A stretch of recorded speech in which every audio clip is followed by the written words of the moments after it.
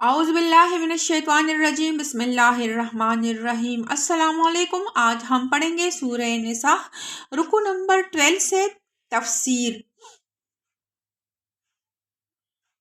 چونکہ مقتول مومن تھا اس لیے اس کے قتل کا کفارہ ایک مومن غلام کی آزادی قرار دیا گیا۔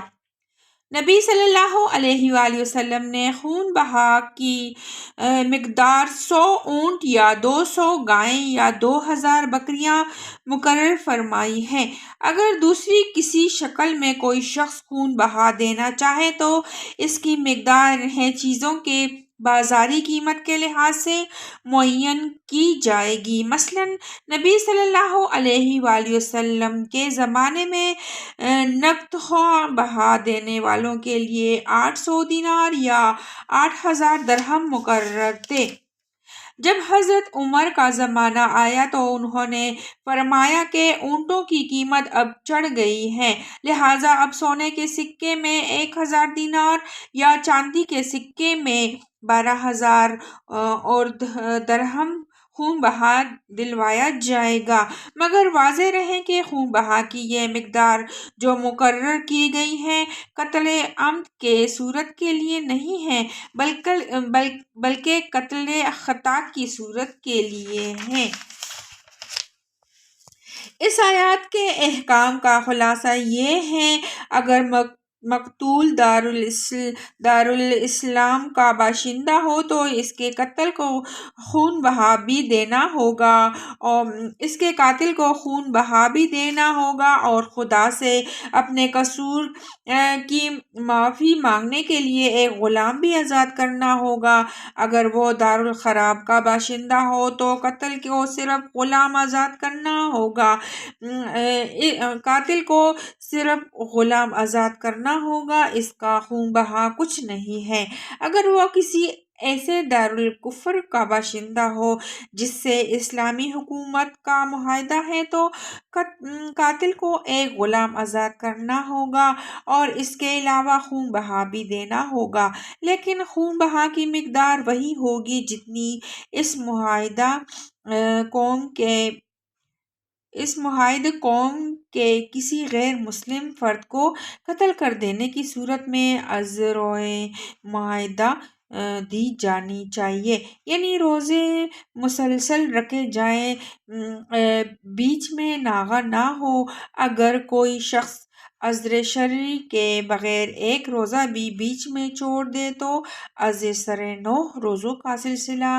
شروع کرنا پڑے گا، یعنی یہ جرمانہ نہیں بلکہ توبہ اور کفارہ ہے۔ جرمانے میں ندامت اور شرمساری اور اصلاح نفسی کی کوئی روح نہیں ہوتی، بلکہ عموماً وہ سخت ناگواری کے ساتھ مجبوراً دیا جاتا ہے اور بیزاری اور تلخی اپنے پیچھے چھوڑ جاتا ہے، برعکس اس کے کہ اللہ تعالیٰ چاہتا ہے کہ جس بندے سے خطا ہوئی ہے وہ عبادت اور کار خیر اور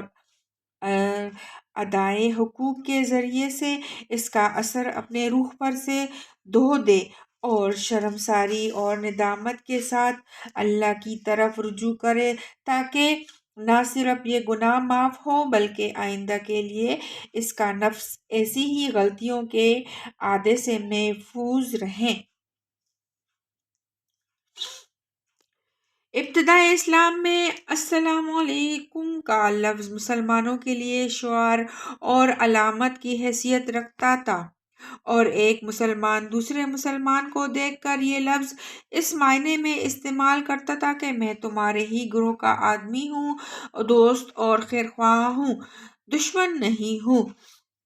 خصوصیت کے ساتھ اس زمانے میں اس شعار کی اہمیت اس وجہ سے اور بھی زیادہ تھی کہ اس وقت عرب کے نو مسلموں اور کافروں کے درمیان لباس اور زبان اور کسی دوسری چیز میں کوئی نمایاں امتیاز نہ تھا، جس کی وجہ سے ایک مسلمان سرسری نظر میں دوسرے مسلمان کو پہچان سکتا ہو۔ لیکن لڑائیوں کے موقع پر ایک پیچیدگی یہ پیش آتی تھی کہ مسلمان جب کسی دشمن گروہ پر حملہ کرے اور وہاں کوئی مسلمان اس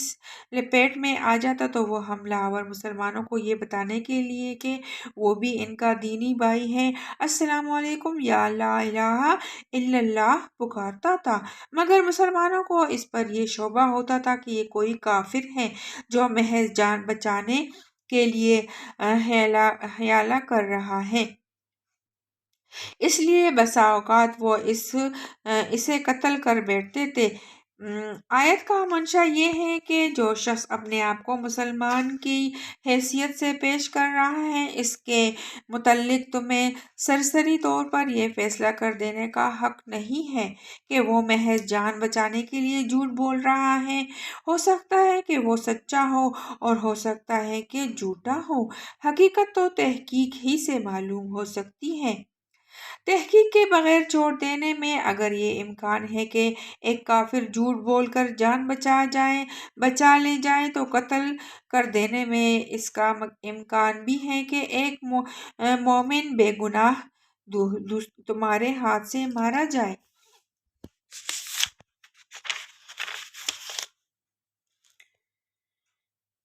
مراد وہ لوگ ہیں جو اسلام قبول کرنے کے بعد بھی بلا کسی مجبوری اور معذوری کے اپنے کافر قوم ہی کے درمیان مقیم تھے اور نیم مسلمانہ اور نیم کافرانہ زندگی بسر کرنے پر راضی تھے، اور اہلیہ کے ایک دارالاسلام مہیا ہو چکا تھا جس کی طرف ہجرت کر کے دین اور اعتقاد کے مطابق پوری اسلامی زندگی بسر کرنا ان کے لیے ممکن ہو گیا تھا، اور دارالاسلام کی طرف سے ان کو یہ دعوت بھی دی جا چکی تھی کہ اپنے ایمان کو بچانے کے لیے وہ اس کی طرف ہجرت کر آئیں۔ یہاں پر یہ بات سمجھ لینی چاہیے کہ جو شخص اللہ کے دین پر ایمان لایا ہو، اس کے لیے نظام کفر کے تحت زندگی بسر کرنا صرف دو ہی صورتوں میں جائز ہو سکتا ہے، ایک یہ کہ وہ اسلام کو اس سرزمین میں غالب کرنے اور نظام کفر کو نظام اسلام میں تبدیل کرنے کی جدوجہد کرتا رہے، جس طرح انبیاء علیہ السلام اور ان کے ابتدائی پیرو کرتے رہے ہیں۔ دوسری یہ کہ وہ در حقیقت وہاں سے نکلنے کی کوئی راہ نہ پاتا ہو اور سخت نفرت و بیزاری کے ساتھ وہاں مجبوراً قیام رکھتا ہو۔ زمانہ امن کے سفر میں قصر یہ ہے کہ جن اوقات کی نماز میں 4 رکعتیں فرض ہیں، ان میں 2 رکعتیں پڑھی جائیں، اور حالات جنگ میں قصر کے لیے کوئی حد مقرر نہیں ہے، جنگی حالات میں جس طرح بھی اجازت دے نماز پڑھی جائے۔